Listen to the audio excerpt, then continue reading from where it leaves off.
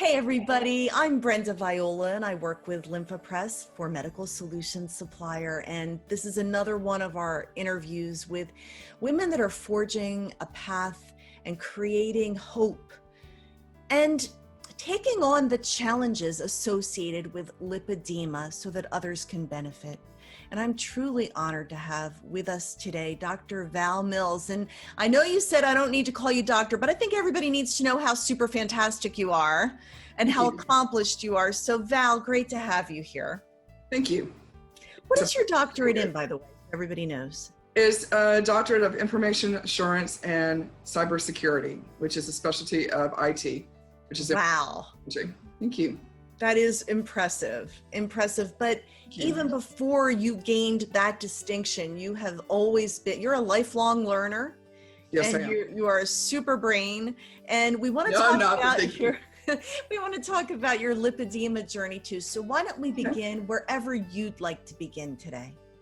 I've always been large. I never knew I had something called lipedema. And I was used to being the largest one. I'm 53 years old, just to let everybody know. And I'm an Army brat. So I was just used to being the largest girl and sometimes the largest kid in school. Mm-hmm.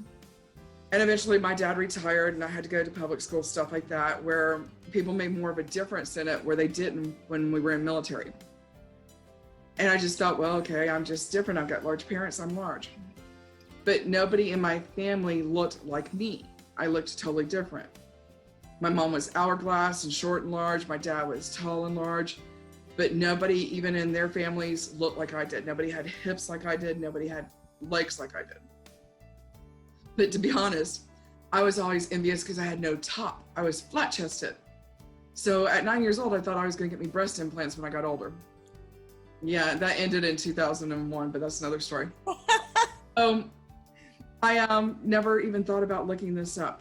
I always had all these great test results that I never had diabetes. My blood pressure was always normal. No high triglycerides, nothing. So we just thought I was large. And to be honest, I want to ask you, so, you know, a lot of people, their lipedema presents at a hormonal juncture, whether it's puberty or pregnancy or perimenopause, but are you saying that you really feel like you were just born with this? Actually, mine, when I look back at my pictures, now that I understand what the disease is and what to look for, it presented around 4 or 5 years old. Now, I have two major things that happened at that time. I lost my hearing because my adenoids actually swelled up. They pressed against the eardrums so they couldn't vibrate. And luckily the doctors figured it out, took out the adenoids, and I could hear again. But they didn't take out the tonsils. And that came out when I was 13. But adenoids, of course, are part of the lymphatic system, but most people didn't understand that. Now, my dad, as I told you, I'm an Army brat. He went to Vietnam that year. Wow. And I'm daddy's little girl. So I took it really hard that I was not with him for 19 months. And then you can see in the pictures, I was a little different than all the other girls. My legs were bigger. I was a bigger child. And by the time I hit 6, the doctors basically, no, it was 6 going on 7. Dad was back, we went to Germany. And because of a sibling, my parents decided, or not my parents, the doctor decided my parents were abusing me. And that they were making me fat on purpose. What? Wait a minute. Now I have to say. This is a whole other story. This is a whole other thing I will tell you some other time. When my dad was in the military, especially back then, it doesn't necessarily do it now, they controlled everything about not only the soldier, but his family. So the psychiatrist got convinced by my sibling that my parents were abusing me by making me fat. My sibling was deflecting because they were anorexic bulimic. Another story, like I said. So the psychologist went to my dad's commander and said, she's on a diet, mandatory, has to lose weight. If the child doesn't, or you refuse, we will bust you in rank, bust you in pay, separate you and your family, send the family back to the US, and put the child in our care until the child loses weight. And you were aware of all this? I got aware of it when I got older. Wow. And I got So old enough how to did kind of that change understand when I could say no. how did it change the dynamic in your home when they were given this mandate? My parents did it. They didn't want to lose me. And everybody went on the diet, not just me. And that's back in the 70s when, you know, oh, eggs are bad. Oh, use margarine. Don't use butter. Do this, do that. Oh, now we're going to count calories all the time. What's the calorie? Oh, it's this. Okay, where did you get that from? You know, it became all of that. And it's pretty bad when you, by the time you hit high school, you could tell you the calorie count of everything. And you probably know this. Yeah. Well, it was just no fun bringing unsalted crackers to school when everybody else was bringing Oreos or, you know, stuff like that. But so did it work? No. And so did the authorities then say that your parents were not being compliant, or No, did they they just say kept maybe it up there's until, more going on here? no, there was a lot more going on. We went back to the States, and when we went back to the States, they wanted to keep it up. And we were in Louisiana at the time. And this psychologist was, you have to lose 10 pounds in 1 year or you can't have your birthday party. It was the first time I was going to get to have a birthday party with people other than family. My mother was making a Barbie cake. I can remember it to the T. And I was going to have all the girls over. And the thing is, the little boy next door in the duplex, I was sneaking him cake because that was one of my best friends. And I lost 9 3/4, something like that. And she said I couldn't have cake and ice cream. And when I walked out the door and got in the car with my mom, started crying. And she goes, what? And I told her. My mom goes, no, that's it. She said, we've suffered enough. We're talking to your dad. You can have what you want. I love your mom. Oh, my dad was the one who got even more mad about it. But my parents knew everything I did eat and didn't eat. And I'm sure you know this. There are times that you don't eat. I have that very bad habit. You have to remind me to eat, especially the older I've gotten. Really? If I get thinking about something too much, I totally forget. I forgot to eat for 2 weeks when my dad died. And we were going through all that. I just didn't have time. It was not on my list. So clearly food was not the issue here. And clearly you were being punished for something that Yeah, was and you know, out of your control. We didn't understand. We didn't know what was going on. Yeah. None of us did. And luckily for me, my parents understood. So they just kind of sheltered me from things. Because my paternal grandmother would always tell my parents, you know, she's never going to get a husband. She needs to start smoking. She's too big. Big girls never get married. She's never going to be married. She's never going to have great grandkids for me. And my dad stood up to her, and that's his mom. And he would tell her, you know, leave her alone. She's our child, not yours. And there was one time, you have to understand, my dad's side was Scottish English. My mom's side was Irish English. And my dad's side, my grandmother was from Scotland. But it was that kind of snooty upper class, even though they're, you know, in a clan that's not considered one of the best. I mean, we got hung the week before the Braveheart guy did, but we're Douglas. So my grandmother, one day, we were all eating at the table. I picked up English peas with the wrong utensil, according to her. So she slapped me on the back of my hand with a butter knife, real hard, and got after me. And I think I was about 12 or 13. I turned around and took a butter knife and hit her back.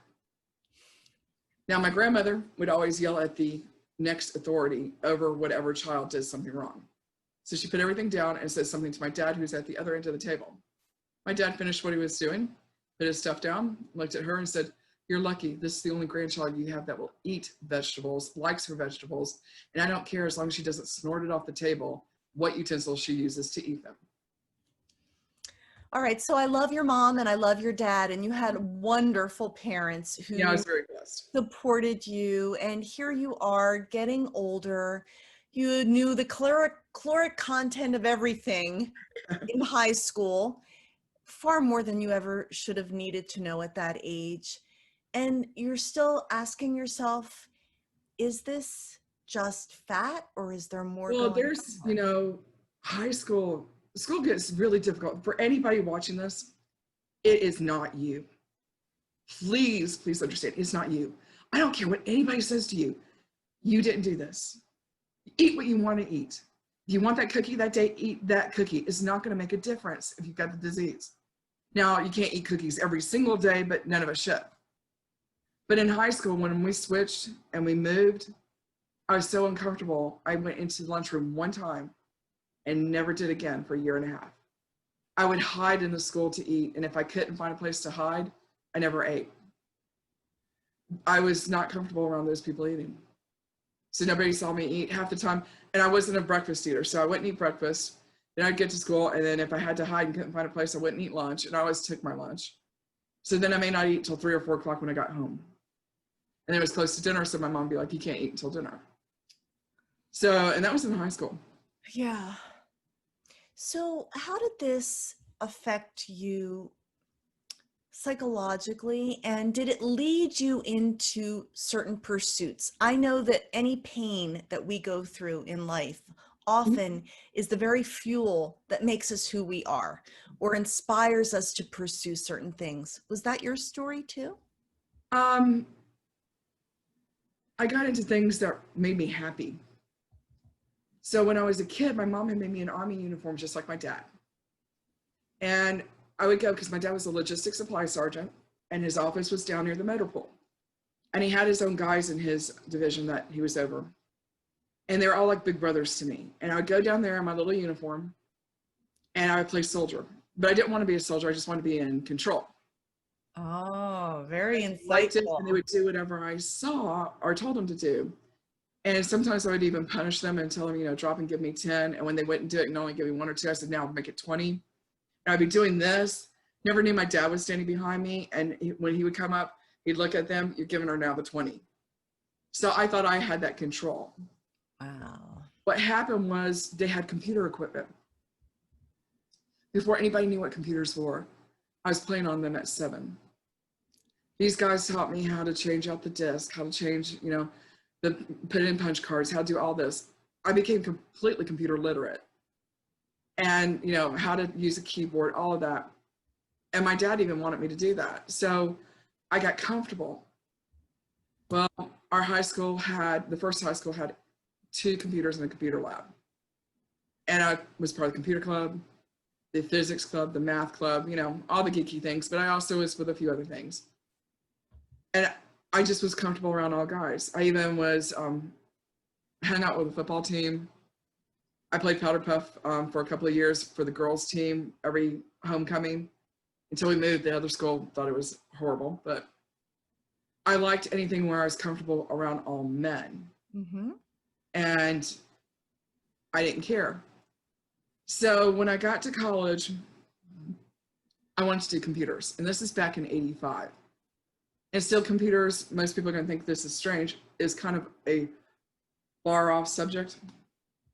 And I also wanted to do physics, which really scared my parents because I blew up the chemistry lab in high school. Well, that would be scary. Well, they were scared, not me. I didn't care, you know. You know, it's just like cooking. You just mix everything, something will happen. Yeah, well, believe me, bad things happen when I try to cook. But well, if you knew that my dad, when he retired, became an operations manager for a chemical company. Yeah. Oh, okay. Yeah. Interesting. So you know, you didn't let this. My parents didn't let me, and I didn't let me because I never saw them. Yeah. Parents always told me stopped you. I wanted to do. That I might have to modify it to do it. And my dad, when he died on his deathbed, told me to remember.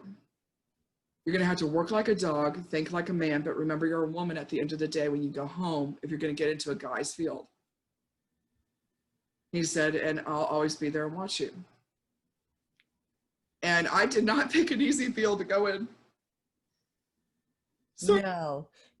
And, yeah, let me stop for a minute while you gather yourself, because this is one of the things I love about these interviews is people share their heart and they share their vulnerability and what they've been through. And your pain is something that can help someone else with their own.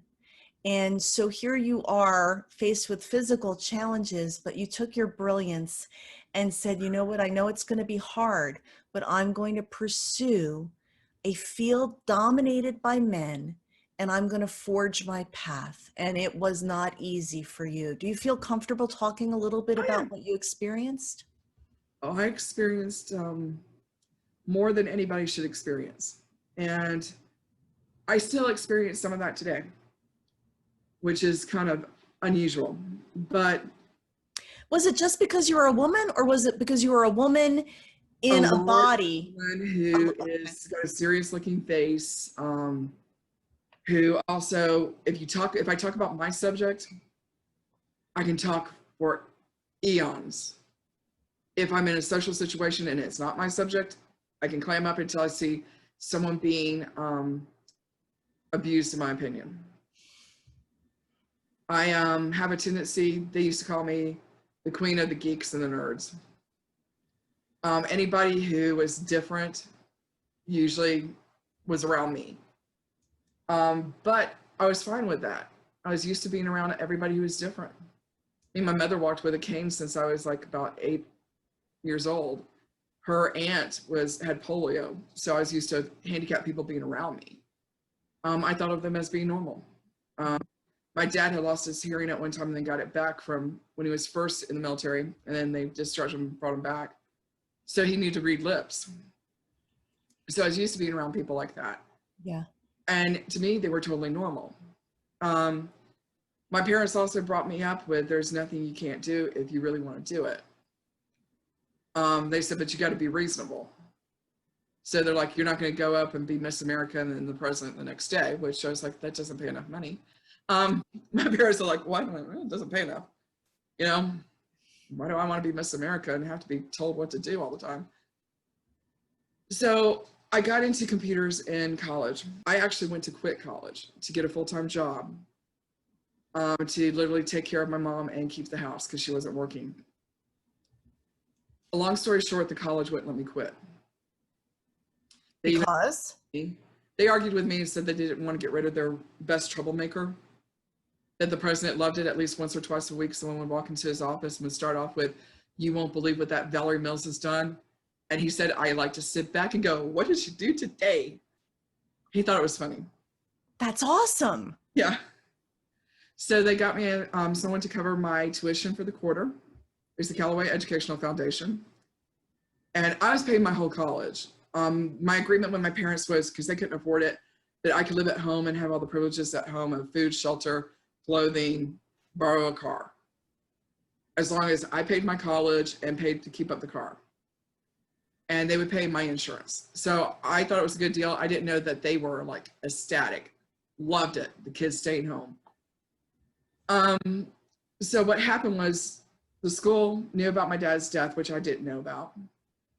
Because he died at Christmas. I thought I had it completely hidden. And instead, they had sent flowers, which I didn't realize till they told me. And they arranged to get Callaway Educational Foundation to actually pay for it, which the name of the man who was over it was Mr. Hudson. And this has a point to it. The library paid for my books. And then they told me, I said, this takes care of 1/4, but I still have to get a full-time job, not part-time, because we're going to lose the house. They went, no, your mom's got a job. No, she doesn't. 2 days later, they gave my mom a job at the college. What college is this again? LaGrange College. It's different now. It's, you know, those people are retired. I am 53. But It was a private Methodist college, and they just. What a remarkable gesture. Yeah. At a time when you needed it the most. The whole turning of your life hinged on people stepping up at that moment. So you were able to continue your education, and what happened next? Well, I became a dual major, physics and computers. Long story short, I did meet a Nobel Prize winner in physics who was willing to take me at the master's and PhD level, but I quit physics as an undergrad because my professor ticked me off, which I decided to do computers only. I even had another professor that tried to get me into law. It's like, I'm too opinionated. I don't want to be a lawyer. So yeah, that's scary. Me as a lawyer would have been real scary. I did computers. Now what happened was I had one professor, Dr. Shellhorst, I absolutely loved. And he was great. And he was one of those, he was fun. He made things exciting. And he made me even fall more in love with what a computer could do. So I decided I was really scared when I was about to graduate in 4 years with a BS degree at a brick and mortar. I wanted to go to grad school. I didn't want to be a real person. I didn't want to grow up yet. And I wanted to either go to Texas A&M, University of Texas, Georgia Tech, or Auburn University. My mother X'd out both of the Texas and said they were too far. I'm like, well, you can move. No. Okay, how about Georgia Tech? She goes, no, it's downtown Atlanta. It's too dangerous. I said, but I never get into problems. She goes, you talk to the people with the guns and stuff. She said, what did your friends tell me that one day you stopped and started talking to the prostitutes? I went, yeah, well, they were nice people. And you talked to their pimp? I went, yeah, well, he was nice too. And they told me directions of where to go. They're really nice. I mean, if you're nice to them, they're nice to you. So she goes, if you think you can get in Auburn, it's just down the road. I'll go for it. I put on a blue dress, took my orange toothbrush, went and interviewed. And the dean that was there, he was Dean Brown at the time. He was the temporary dean.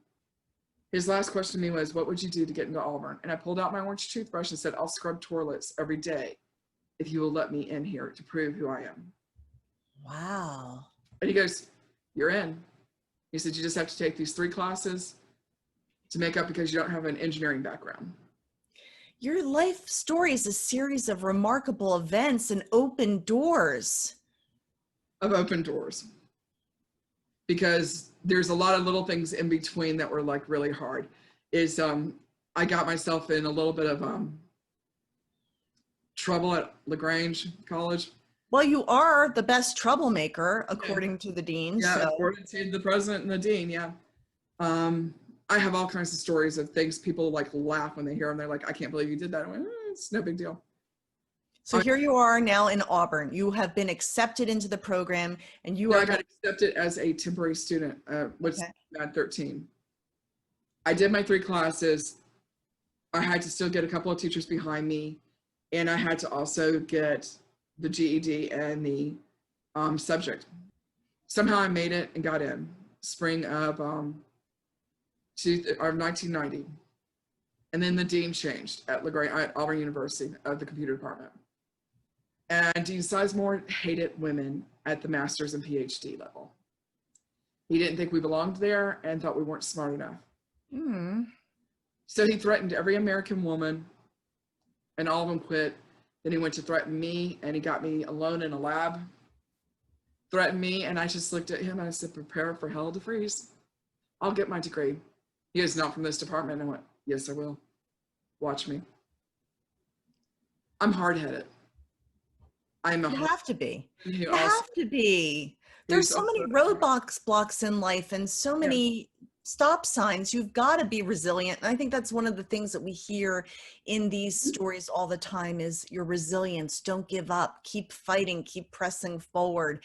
And also, I'll do my caveat too that I have to, Val, which is as we get into talking about Val's medical journey, we're not giving any medical advice. We're just telling the story, Valerie's story, and hoping that it can help inspire you find your own help and hope in this situation. So my commercial is done. Keep going.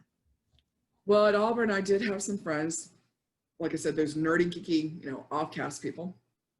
And they even tried to help me lose weight. Now, caveat, I had lost some weight before then on a very bad diet. I would never recommend it to anybody. That was called physician's weight loss, but I only got down to 186, and I was a medium at the top, a large at the extra large at the bottom.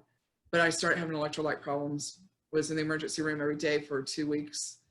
I'm dehydrated no matter what I drank.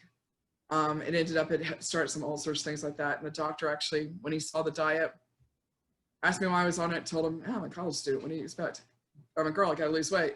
He goes, "I could get you a date in a heartbeat," and he ripped up the diet in front of me and told me to stop. Well, I'm hard-headed. I didn't. I learned at 6 to start dieting, so I didn't know how to stop. Wait, so even though you were in the emergency room every day for 2 weeks, you didn't want to stop that diet? No, I didn't want to stop losing weight because I finally got accepted. Wow. Understand that the acceptance, that's what people need to learn. If someone accepts you only for what you look like on the outside, walk away. Just walk away. I can't tell you anything better to do but walk away. They're not really sincere. That's powerful. And when people get older, you see them on whatever social media we have at that time, when you get older, you're gonna find out they got fat too. So you know what? You beat them to the punch. You were leading the actual trend. No, that's the greatest thing about Facebook. Seeing all those people you went to high school and college with that are fat. Yeah, especially when they were the ones that told you that, you know, you need to lose weight. It's Karma. Yeah, part of it's karma. Part of it's like they finally, you know, ate something where they weren't eating. But so you stayed on the diet, determined that you were going to lose this weight. And people couldn't believe, you know, at Auburn how far I could walk. I mean, it's a huge campus, and I was walking all these long distances and could talk while I walked because we had a power walking group. Plus, I would go dancing like on Wednesdays and Saturdays and football games and walking stadiums, stuff like that. And they're like, we don't understand. And we see what you eat. Now, I did try Weight Watchers while I was in college or grad school. My roommate, because they got mad at me at Weight Watchers, my weight went up, not down, eating their food. It's when you had to eat their food. My roommate, who was a size 2, I'm not joking, she was just overly skinny, actually went with me to Weight Watchers and told them where they could stuff their food. That she was tired of it. She hated their food being in the house or in our apartment. And she goes, and she's not cheating. I see what she eats. She eats less than a rabbit. And they said that she's got to be cheating when you don't know it. She goes, no, I know it. Mm-hmm. She's not cheating. That. And she goes, that's it. She quits.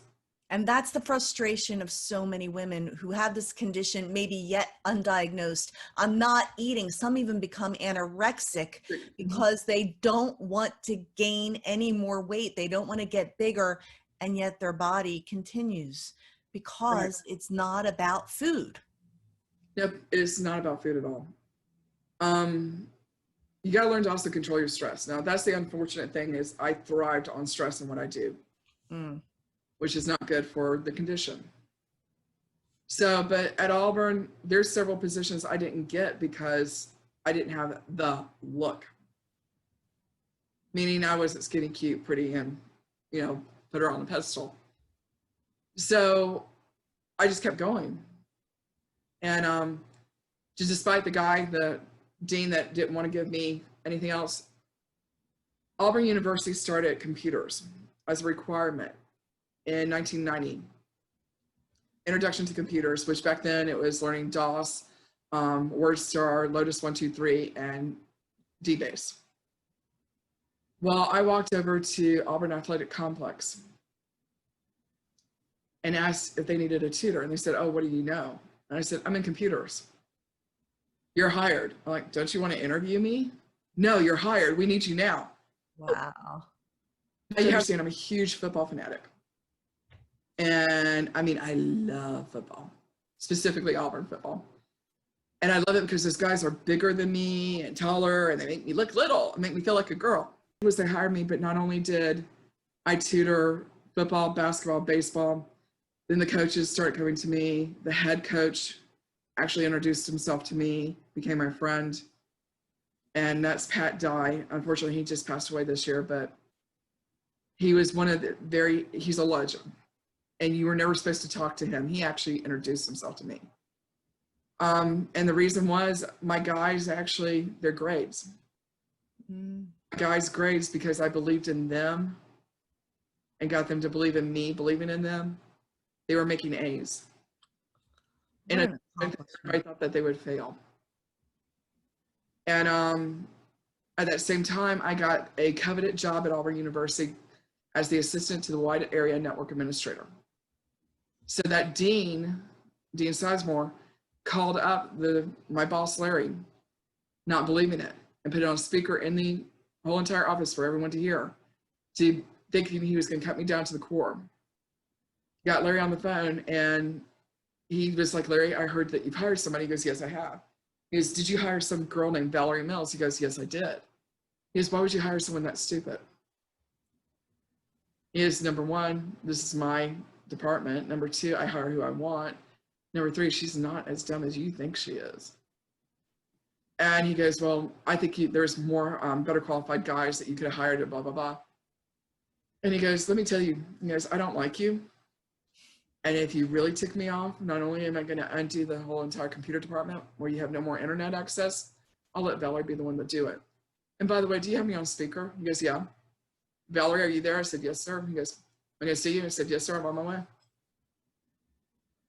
It's even hard to believe that something like that was allowed to happen in an academic environment.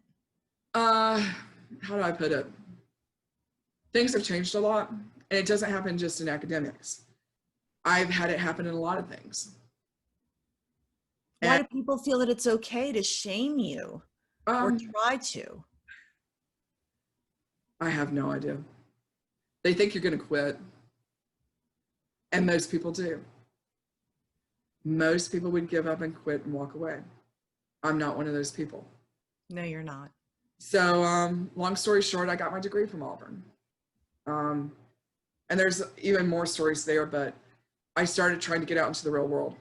Yeah. So now you're ready. You're like, I'm ready to take on a career.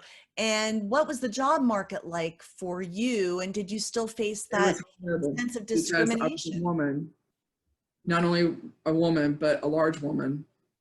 And like I said, I've got the serious looking face, all of that. And I just didn't fit. So the first job I got, the guy really, he was forced to hire a woman. So he made sure I didn't last the 90 days. Then I did a lot of consulting, things like that, and a lot of contracting, and people would be like, well, you know, you're a really big girl, but we don't see you eating that much. Do you eat a lot when you go home? No, do you? And they're like, no, why would you ask? I don't know, you were asking me first, you know? So then I finally get a full-time job, which was for a company that was going through a real quick cleanup to be bought off. And I had an employee for me who happened to have been gay. And they wanted me to fire him because they thought he had AIDS when he caught bronchitis from me after I came back from a trip. So I got to go through that. And so they punished me for that and made me do his job when I went and fire him. I just made him go get a lawyer. And I actually gave testimony to the lawyer. So then I got my next job. And at my next job, the guy hired me, but he never knew, he was real concerned about my weight, but he was a former Marine. So he thought everybody was supposed to be ship shape and all that. But then he found out I actually was stronger than him and could do more than him. And he got dependent upon me because this was a telecom company and he needed to know that IT he didn't understand. And what had happened during the interview, he always wore funny ties, but he handed me a book and he said, read this and tell me what you think. And I read it and I said, well, there's a mistake here, here, here. And all of a sudden, oh, you can do this here, here. And he's like, you're right, there's a mistake. I went, yeah, and this doesn't work right. And it was from a vendor. And it was supposed to be perfect. And nobody had to spot the mistake. So they hired me from temp to perm. Worked out great, except for then when the reorg came there, they put me under the IT guys that they had just hired, who didn't believe a woman would do what I was doing or have a degree. And not only one, I had 2 degrees by that time. So they questioned that, tried their best to punish me for that until they got me to quit. Oh no, wait a minute. Val, you're not a quitter. I quit because I was tired of throwing up every morning in the parking lot. Well, that'll do it. And the other thing is I figured I could find something better. True. You had proven yourself. You had something on your resume at the time. I had a better job, paying a lot more money. So I always want to bring this back to lipedema as well. So you were, a larger woman. Mm-hmm. Medically, what was happening with you at this time? Obviously you were getting sick. The only thing is I lost my gallbladder, but I didn't have the normal gallbladder symptoms. I never lost 1 pound. My weight stayed perfect at what it was at that moment. Never went down, never went up. So they never looked for the gallbladder. I actually, as a joke, went with some friends to a herb shop, an iridologist, and she looked at my irises and went, your gallbladder, it needs to be fixed immediately. And she goes, my stuff's not going to fix it. You need a doctor. So I went back to the doctor. They had been running every single test they could. Upper GI series, lower GI series, everything. Couldn't find what was wrong with me. I went back and told him, I said, could you just test my gallbladder? He said, it's not your gallbladder. I said, could you do it anyways? He said, sure. Next day he calls, he goes, we're scheduling you for surgery. I said, what? He goes, your gallbladder has got to come out now.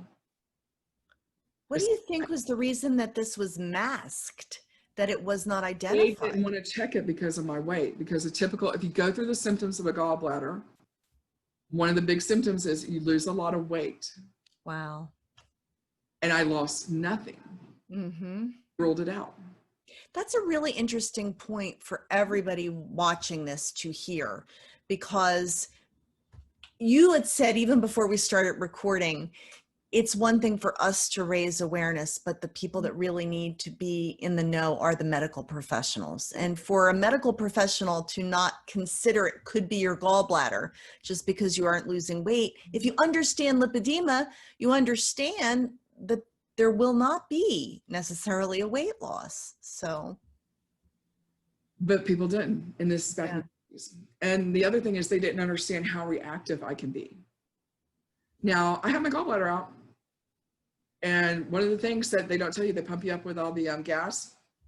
Oh, I warned them when they woke me up in the, I can remember this one part, they woke me up in the operating room to check me. And I told them, I don't feel good, I feel like I'm gonna throw up. And this is when I could still throw up. Here's, oh, it's just the feeling. I went, no, it's not. And then threw up all over the anesthetician, or the anesthesiologist, threw up all over him. He's like, and now I believe you. I ran and got a bucket, and I kept doing that. Now, when I woke up in recovery, I wanted to go to the bathroom, and they're like, no, no, no, can't get out of bed. You just had the surgery. They went back, and I looked at my mom and went, I'm going to take a nap, but when I wake up, I'm going to the bathroom. And they want me to use the bedpan. Bedpans and lymphedema do not work well. It hurts. Just take my word for it. By the way, do you have lymphedema and lipedema? Yes, I have lipolymphedema. Okay, got it. And it is not good.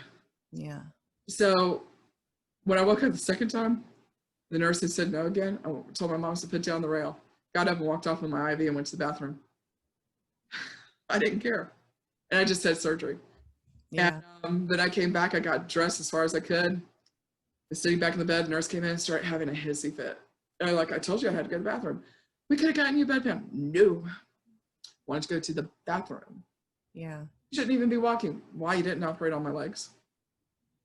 Matter of fact, that would be the wrong direction. She goes, yes, but you should be sick and everything, because he did like 5 or 6 of them that day. And all the other people are in fetal positions and everything. I'm like, why? So then I told her I was hungry, argued with her until she called the doctor, and he said, yes, you can have something to eat. So she got me the liquid diet. So the soup and the Jello and stuff like that. I'm like, I will not eat hospital Jello. So I made my mom eat that. I had the soup and I had her drink the tea.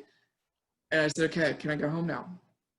Bugged the woman until she called the doctor back, and he started laughing. He said, she threw up everything that we pumped into her. She said, that's the reason everybody else is bent over. They still have all that carbon monoxide in them. And this kid threw everything up. Wow. She wants to go home, she can. Now, my mom got mad because the next day, when she comes out, my apartment comes out in the living room, I've got a 64-ounce bottle of salsa and I'm eating it. She called the doctor. She was really scared. I went, Mom, you took out my gallbladder, not my stomach. And the doctor was laughing. He goes, if she wants to eat the whole thing, she can eat it. It's nothing but vegetables. And I had missed that because I had gotten down to where I could barely eat pasta with nothing on it. Really? Gallbladder. So let's continue with your now out of work, but knowing you can get a better job.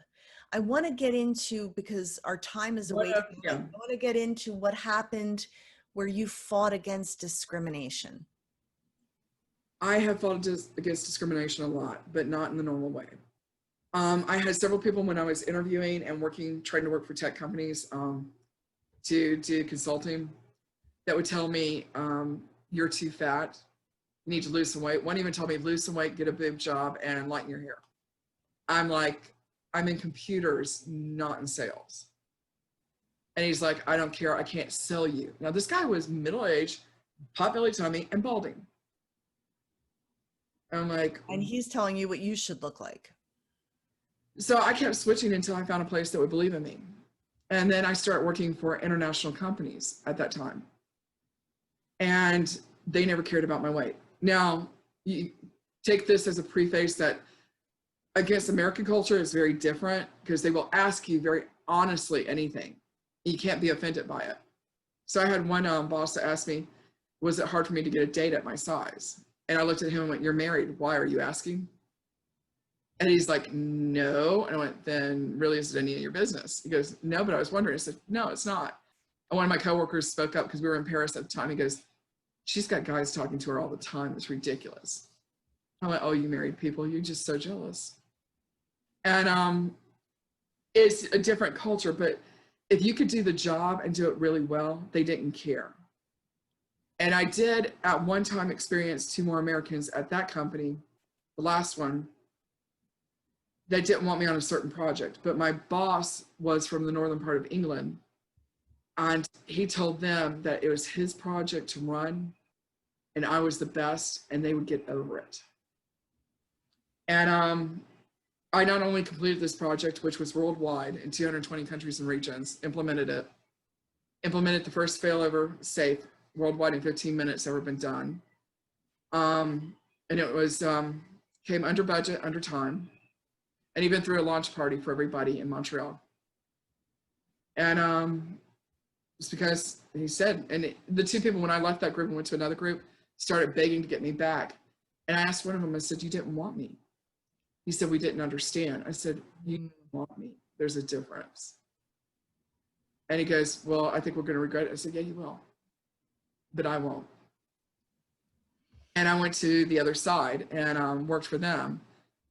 Now I had a boss that didn't like Americans. So I got reorged and laid off because of my mouth. Yeah. But, you know, it cost him because it took 7 consultants to do my job later. So It seems to me that your mouth has served you well, and that standing up for yourself and not being afraid to fight back has also served you well. At times, but I had to be pushed to a certain limit.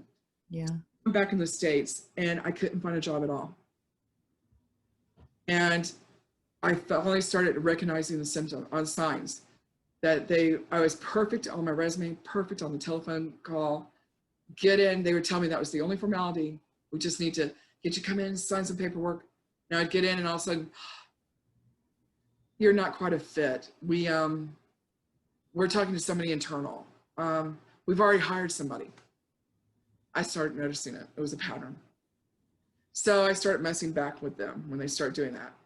And at one time I had someone say it and I looked at them and I said, they were like, well, what's been your greatest accomplishment? I said, personal or work? Personal. I just lost 80 pounds. What have you done? And they're like, I went, yeah. What have you done lately? Well, how'd you lose 80 pounds? I changed my diet again. I'm doing other things. I'm working out. What are you doing? Matter of fact, what do you do for your job? What do you do to improve yourself? By the time I left with those 2 people, they asked me why I wasn't their manager. I was like, the job's not open. So I kept working. And at the time, the Chicago Tribune came to me and started talking to me. How did that happen? They had heard about me. And I had started being over the International Size Acceptance Association for Georgia. All right, wait, let's stop there. A lot of people may not know that that's a resource, the International Size Acceptance Association. Size Acceptance Association. That's really interesting. I've never heard of that. It's gone now. That's why. Well, it was around for a few years when I was doing it. It was around, it was more active. Okay. It started just going downhill. But they talked to me and I ended up in 2003 in the Chicago Tribune. Well, I started looking at moving home to take care of my mom in 2004 because I wasn't finding a job. Now I did a lot of volunteer work for different places and nobody had a problem with me volunteering. Nobody had a problem with me doing things like that. Met a lot of really big people too, doing that. And I got asked in 2004 to do another interview based on that 2003. And it was with a woman who was writing a small article. It's supposed to be a little article for Good Housekeeping magazine. Only 1 or 2 pages, that's it. And she told me what the subject was. It was don't hate me because I'm fat. And it was supposed to be about me not being able to get work and other women having the same problem. I told her, I said, it's not just work. What? And I said, let me introduce you to the whole fat problem for women. I went through everything and told her how we get discriminated against in every single little thing. And I started giving her more connections. And she goes, okay, let me look into this. It became a 6-page story. And Good Housekeeping magazine put it in their October 2005 edition. They flew me and 2 other women up and did a photo spread with us. Treated us like models. I learned I never want to be a model. They have a horrible life. You have to stand there and don't move for 5 minutes. It's like, oh gosh. But met some amazing people. Yeah. And Katrina happened. Mm. So we were supposed to do Good Morning America. Well, they changed it to the Today Show. Now, I had never seen any of these shows. Let me put that as a preface, because I was either working or not awake, one or the other. And my friends warned me about a woman named Katie Couric. They said, don't do anything with her. Okay. And they fly us back to New York. Me and one of the women, Nadine from the show, are from the photos. The other woman didn't want to do it. And Nadine had been discriminated against by the airline industry. Me, it was for work. The other woman that was in the article, adoption. Her and her husband were not allowed to adopt because she was fat. Whoa. He was an engineer, and they owned a farm. Perfect for kids. You know, you get a boo-boo, mom's a nurse, she'll fix it. Dad's got money and cool, he's an engineer. You know, but nope, they had to adopt out of the country. And myself and Nadine went back, and they had a lawyer too. And we were on the Today Show on October, what day was that? It was like October the 2nd or 5th, it was right around there. It was a Tuesday. And they had interviewed all these people on the plaza and asked them their opinion of fat people. And these people are like, fat people smell, fat people are stupid, fat people are lazy, fat people. Yeah, it was quite entertaining. Right, this is 15 years ago. Maybe we've gotten better since then. So by the way, was Katie Couric the one that interviewed you? I'm not really sure, to be honest, at times. So what happened was, we did the first interview at 7 a.m. And like I said, in social situations, if I'm not sure, I become very quiet and like, so. And it was a different guy than Matt Lauer, is their political commentator. And it was just him and the 3 of us, 3 women. And he finally goes, the lawyer said she wanted to make a law that would discriminate against people discriminating against not hiring because of looks, because you're fat. He asked me how I felt about it. I went, that's stupid. And everybody's like, and I went, stupid. Here's why. And I said, I'm damn good at what I do. If they don't want me because of my looks, then that's their problem, not mine. And they're like, you're serious? I said, yeah. I said, I don't want someone forced to hire me. Because in my opinion, if someone's forced to do something, they may not learn the value of you and may put up so many walls, it makes it really bad for you mentally, besides. And who wants to be mentally, you know, abused? I don't. So when we walked off, they said, could you come back and do the 9 a.m.? We had such high ratings for the 7. We're like, okay. And we sit in the green room. And that's when I realized, oh, did I say the word damn on TV? And they were like, yeah, you did. And I went, they bleeped that, right? No, we didn't know you were going to do it. Oh, okay. So we go down there, and I had told them I would do it as long as there was no Katie Couric. I should have never said it. Although it's got a good ending. So when we go downstairs, they start to bring up another chair. So they've got this sofa, now 2 chairs. And then right when they're hooking us completely up, they go, Katie wants to join. And I'm trying to walk off and they won't let me. I'm like, oh man. Okay, I've got to be based on what you had heard from I didn't know associates that, you know, she was be tough. Okay. Well, but my friends had told me that she was tough. She didn't seem to be fat friendly, all this other stuff. So the guy starts and he's got an earpiece, and I was not familiar with something called poking the bear. And they're talking to him and they're starting to play the thing around the plaza. And he goes, if you don't speak up, you think about everything they say, you think that of yourself. You believe it's true. And, excuse me, what the? And that's when they cut live. And I was, all right, hold on, time out. This is it. We need to talk about all the people on the plaza. And I told him, I said, all of them but one needs to take a reality check in the mirror because they're a fat too, according to the BMI chart. That means they think that of themselves. Number two, we don't smell, we don't stink, we're not stupid, we're very well educated up here. Problem with us. Then I start talking about Nadine's case with the airlines. And I went off and told him what I really knew was the problem. That guy had a problem with her either being fat, black, or female. Pick it or a combination. There was not a problem. She could sit in the seat, put on her seatbelt, and keep the arm down. It wasn't me who has hips and buys 2 seats. So, and I just went, well, so then Katie Couric starts talking to us. And she did the normal thing with ladies, you know, she starts saying all this. She goes, wouldn't you want to change one thing about yourself if you could change anything? What? And she goes, wouldn't you guys want to lose just a little weight? I said, excuse me, but didn't you change your hair color to get your job? How'd that go over? She just, and I was like, look, we can go into a gym right now, because I go to a gym 6 days a week, and I can beat your ass without trying on any of that, unless it's long distance running or something. I said, so our physical condition is not the problem. People won't give us a chance is the problem. So she started talking a little bit more, and then they ended the episode. Now I'm trying to get out of there. I'm thinking, oh gosh, you know, leave. She cornered me and started talking to me. Nicest person in the world. She was concerned. She wanted to know why I didn't consider weight loss surgery. And I told her, because I've known 17 people that have died from it, all different ones, including lap band. When we left, Nadine took me to breakfast because the airline called her lawyer and settled because a lot of people saw me in my big mouth. So it went from we're going to trial to nope. What do you want to go away?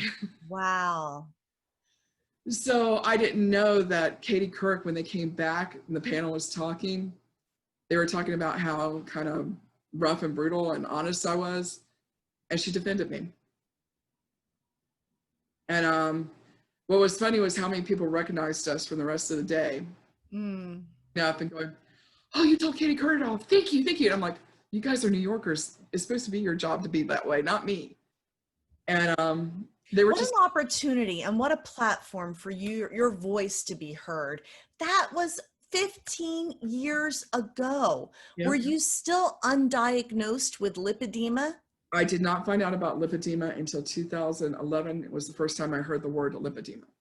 And what happened to you then? We've got to fast forward because we're running out of time. So what happened then? 2011, I was seeing a podiatrist. He noticed I had lymphedema in my legs. He told me about someone who did something called MLD, manual lymphatic drain. I said, really, could they help me? He goes, yeah, and they're local. Where? Less than 1,000 feet down from my doctor at the other end of the plaza. Wow. None of us knew about it.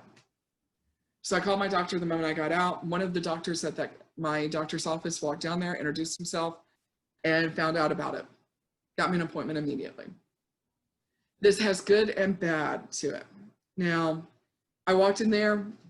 The girl was so excited to see me because she showed me, she ran and got her book. I looked just like her book. So her and her professor were trying to get me into an inpatient clinic. We found one in Siskins in Chattanooga, Tennessee. They wouldn't accept me because I wasn't bad enough off. And I was pretty bad off. I'm worse off now. So the man who was over at John Jordan met with us while he was a trainer when he was in Atlanta. So I got the whole entire clinic, the manager and that person trained, or meeting the trainer, and got them free session. He racked me and everything that night. And in less than 12 hours, I lost almost 20 pounds. Yeah, and that was just my legs. If they would do my hips and stuff, it would be more. So that was on a Monday. By Wednesday, her manager came in and said, your insurance is not going to cover MLD anymore. And I said, why? She said, it's cosmetic. No, it's not. She said, you're going to have to fight them. Oh, well, no, she didn't say fight them. She said, we're not going to fight them. I don't know what you're going to do. I said, can we continue to do the wraps? She said, no. I said, why? Your insurance won't cover me. I said, I don't care about that. I will put it on my credit card. I just want to do it.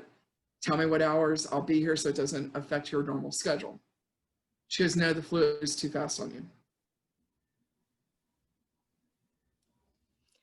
Why? Because he had told me if we did it very aggressively, we could get all my water weight off in 2 to 3 weeks. Whoa. And So so she wouldn't. weren't able to pursue it further? So what happened next?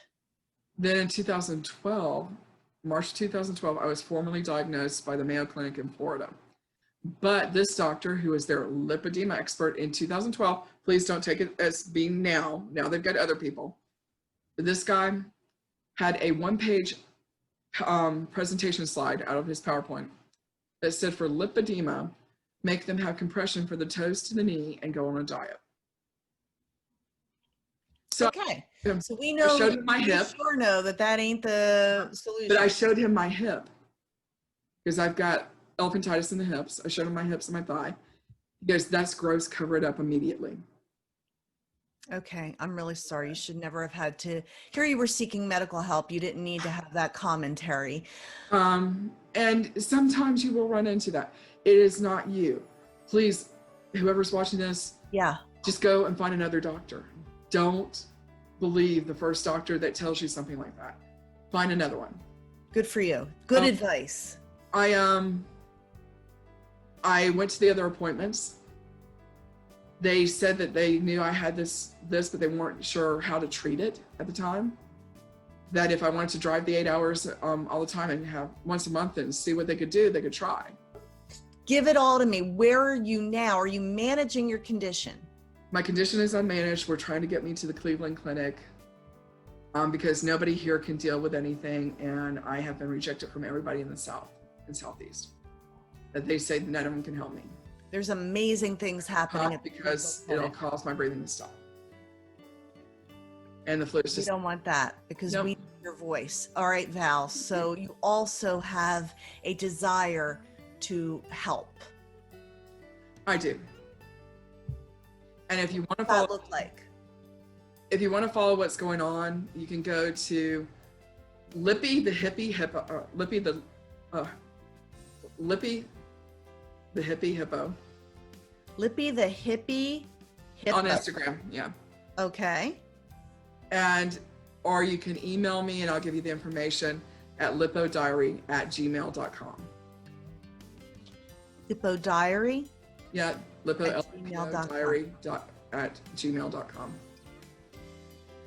Because while you remain challenged by your physical condition, you remain a troublemaker, which I love. That's what I do. And you will continue to make good trouble for the cause of lipid. I've tried. So here's The our last minute. Talk to the people at home and what do you want them to know? This is not your fault. Get with a group of support, either find Lipedema sisters, find somebody, find out if you really have this, find out how far it is, find doctors if you have to, educate them. We've got documents out there. If you can't find them, email me. I will send you every document on it that you need. Educate your healthcare providers, educate them how to handle you. Get yourself a psychiatrist because you need to know it's not you. You're not guilty. Stop listening to the diet industry. Stop listening to magazines. Stop listening to your TV. Listen to your heart, to the people around you that love you. You've got to start treating yourself with love and love that and love the people around you, and you will get what you need. Just give it time because we're trying to make sure it's there. And believe me, there's a lot more there. When I found out I had this disease, there's 74 documents in 2012. Today, there's over 500. It's going to happen. Just manage it by managing yourself and loving yourself first. And that was one of the most powerful hours I have spent on this lipedema journey. Val, thank you for sharing your story. Well, thank you for letting me do that. It was my privilege. And thank you for tuning in. Of course, I'm putting graphics there so you know how to get in touch with Val and to follow her. And if you know of someone whose story deserves to be told, email me. I would love to connect with them and continue sharing powerful stories to uplift this lipedema community. Thank you again and have a wonderful day, everybody. Thank you, Val. Bye.